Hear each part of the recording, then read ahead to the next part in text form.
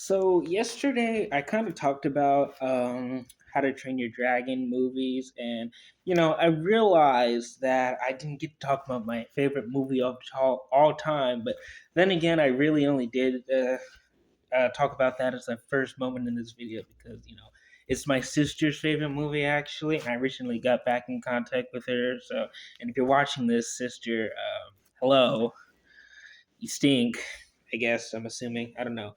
But let's talk about my favorite movie ever, Flow. And a scene that I want to talk about in that movie today really is actually pretty much the beginning. It's around the beginning of the movie as well, just like in How to Train Your Dragon video. But what I like about the the flood scene in the Flow movie is that it really just starts not abruptly per se. There was a little bit of warning with the waves coming and then the cat running back to um, its house, which I don't believe the cat has a name. It's just called Cat.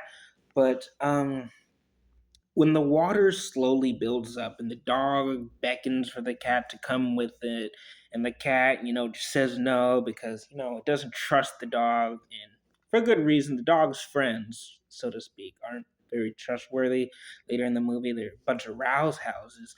But anyways, the cat goes off on his own, and it really is just trying to escape the increasing water that's rising, because in the beginning the cat's house was pretty tall. It was like a two-story house and it was at the top, but then the water started to rise up to even that, and it just kept getting higher and higher. So then the cat goes to the statue that we previously seen, the one of the bigger statues. It's the tallest statue. All these cat statues, and this cat statue is climbing, is like as big as a mountain, and the water just still keeps rising. And not only the music that surrounds this scene is very beautiful and melancholic, I believe that's the right word for that. And the music also just fits so well because the violins and the string,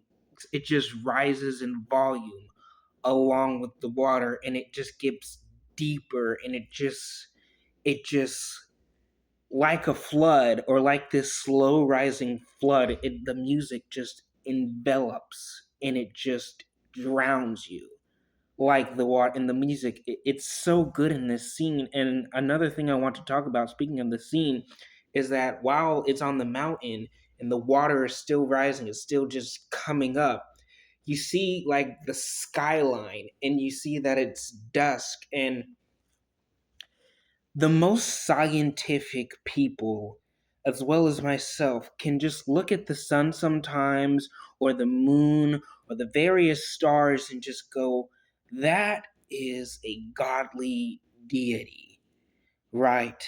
And the sun, that protector, the one that shines in our sky and brings life and supports it, is running away. It's leaving. It's taking off as the sky gets dimmer, albeit slightly, but it's still just moving away as this water keeps rising. And then you see it in the reflection as in the cat's eye, as the water keeps rising up. And the thing I like to talk about, which also reminds me of another movie that I really like, Shin Godzilla. I like these movies for the same reason, is because it encapsulates really nicely the true feeling of an apocalypse. Like, a lot of apocalypse movies focus on like the effects and how there's explosion everywhere and there's debris and everyone's screaming. They really do that and focus on that and bring that out. But in Flow and Shin Godzilla, which we'll maybe talk about later, I'll maybe talk about, we, but it really just sits you down and says, this life form is crying. This life form, this human, this cat, this creature is experiencing the death of all that it knows, and it's really just and you understand what I mean when I do that. And then the water's rising, the cat, it's the sun's moving, the cat's like it's getting its paws wet and is on the tip of the ear of the cat statue. The water's, keeps going up. I keep saying that, but everything is just there, and then it just sets while the music just keeps building up and building up. And speaking of the music kind of stops, and then it goes ding ding ding ding ding, and then it kind of gets cheerful because there's a boat. There's a boat, and it's coming straight for the cat, and the boat gets on it, and the music just starts playing this little happy melody, and then the cat sees a capybara, albeit, which is a great choice of that animal, but it sees another human, and it just stops. And that almost feels like that's where the movie ends. Like if it was a short film, that's where the movie would end, probably. You see another creature, you see another person, it's happy, and then you finally see that person, and it just stops. It's like you don't know what to think. Is this an enemy? Is this an ally? Everything just stops. Like you're happy you're on the boat, the water's gone, like your world just ended and then it just began. It just stopped.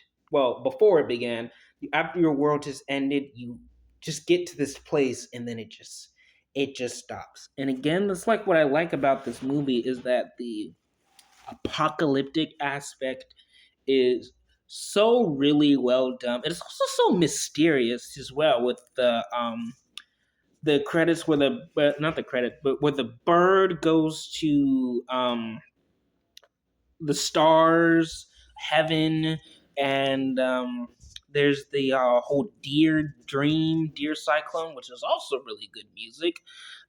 The entire score of the movie is great. But yes, the world ending aspect of it, and it's told through cats, and it's told through no words, which really envelops on the rule of show don't tell, because they really can't. They just speak in chitters and chirps and meows. So it's it's definitely one of my favorite movies of 2022 and one of my favorite movies of 2025, especially with how the background when three studios supported one guy who did it all by himself in an animation software called Blender. It's amazing. It looks good. I love it, and I just wanted to talk about that scene. The next time, my subjects.